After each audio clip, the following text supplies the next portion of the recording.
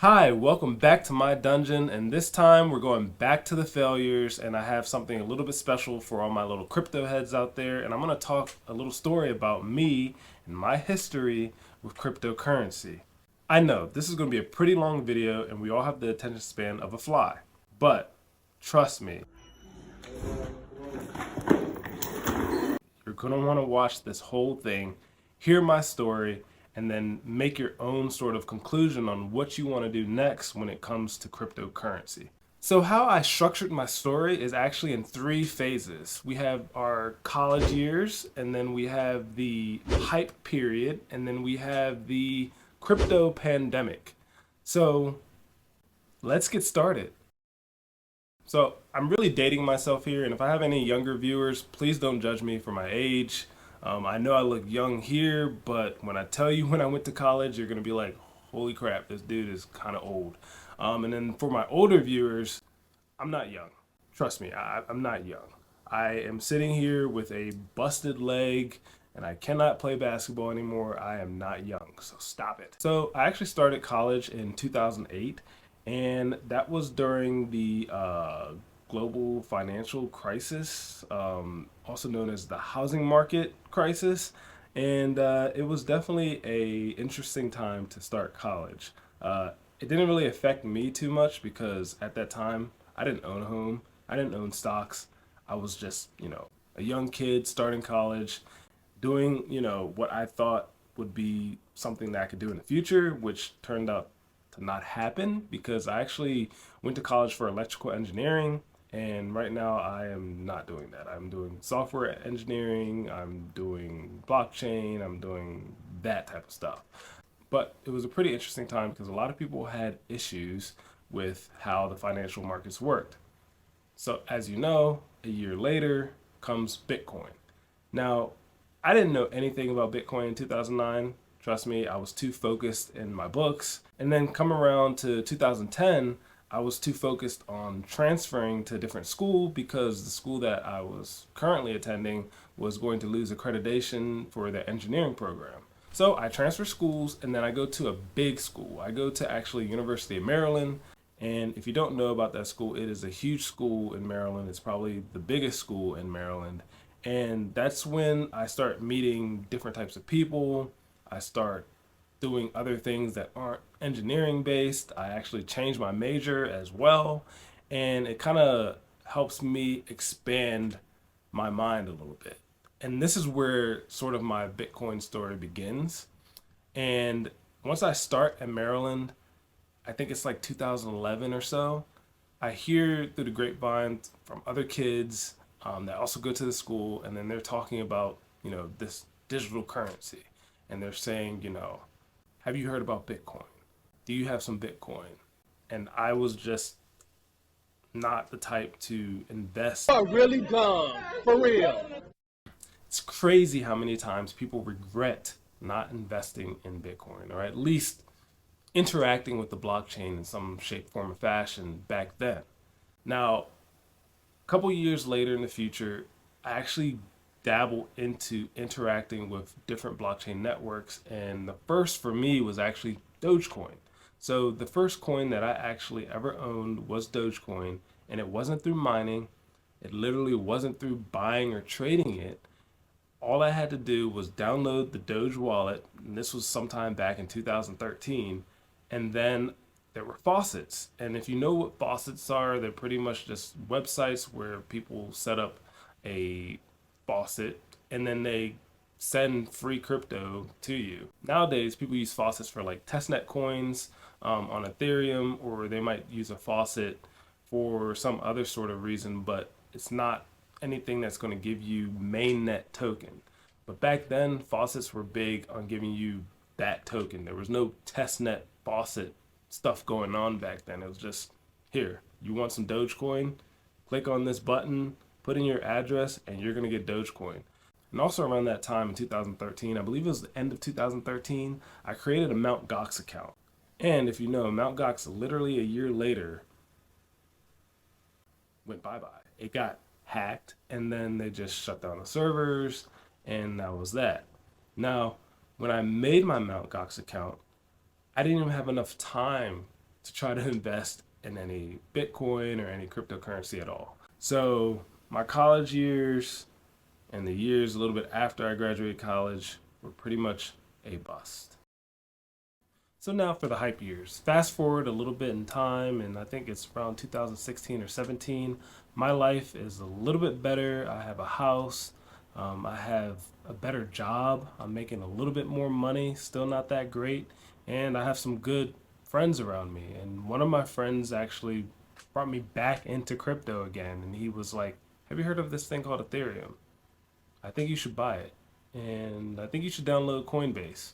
So I did, bought some Ethereum, and then from there I just went down the rabbit hole. And this was again around 2017, so the hype was really high for crypto, and I was just doing all sorts of crazy stuff. And some of those crazy things might not even sound crazy nowadays because we trust centralized exchanges so much. But back then, even with me and my mt.gox experience, I still was trusting these centralized exchanges. And I had gotten an account with Bittrex back then. I had gotten an account with a couple other sort of shifty exchanges like Cryptopia, for example. And I just played around with the crypto there. I would try to follow pumps, and it was just a bad idea, especially since I got into Ethereum extremely early. I got into a lot of other crypto extremely early back then in 2017, but I was just chasing these pumps, and I should have just held on to that crypto, and I probably should have kept a little bit of Bitcoin on the side as well. Also, around that time, I got into mining like a lot of crypto YouTubers, and it was pretty fun. I did mine equal hash type of coins. So, like, I think I have a video that's up over there that you can check out. But it was extremely fun to do it. But again, I was a novice at this. I probably, again, should have mined Ethereum.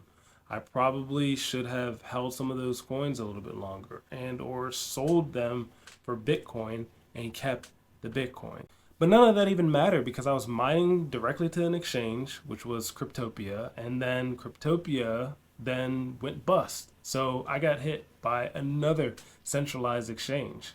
Are you starting to see the reoccurring theme here? And now for the final phase, the phase that we're all living through right now, the crypto pandemic.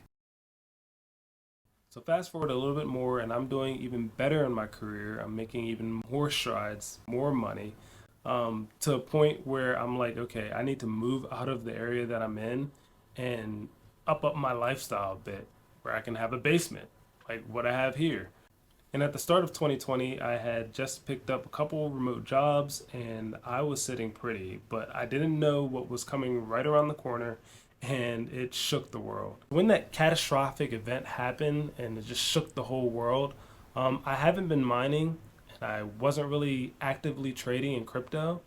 And, it was sort of just a thing that I had on the side, but crypto was going up. It was going up excessively quickly. But as a lot of people know, the fears of what was going on did take everything down with it. Crypto, stocks, everything. And at that moment, I should have taken a big risk and put all of it into Bitcoin, but I didn't.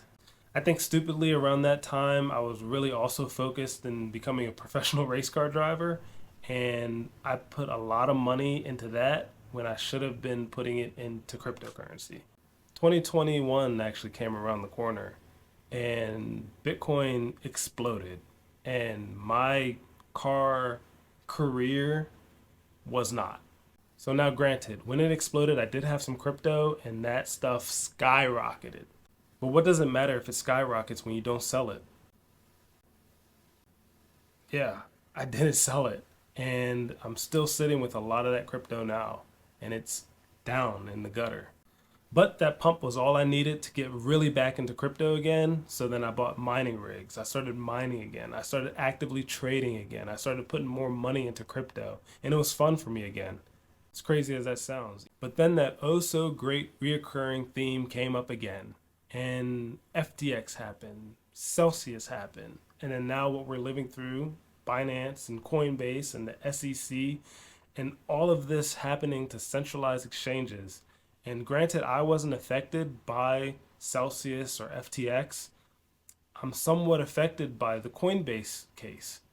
But with everything that has happened to me in the past, I think I have the tools to know that I probably should remove my funds off of the centralized exchange, keep them for the next halvening that I've gone through multiple times before, and just wait.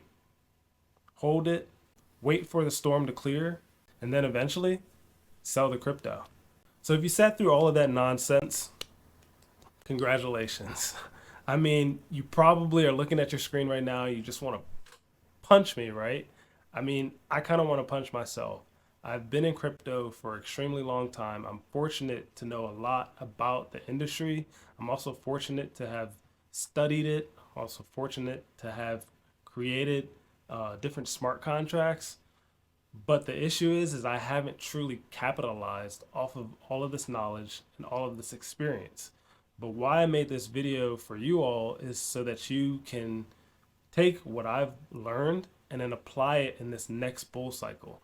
There will be a next bull cycle. This is not financial advice, which I must state, but I do have to tell you that I've seen it multiple times over. I've seen the China FUD back in the hype phase. I now see the United States FUD of the crypto pandemic phase. And I've also seen the Silk Road hacker phase of my college years. So I really want you all to basically take the knowledge that I give you, apply it so that we can all make it. And if you don't like me helping you out, then whatever. But at the very least, subscribe, like, share. Peace.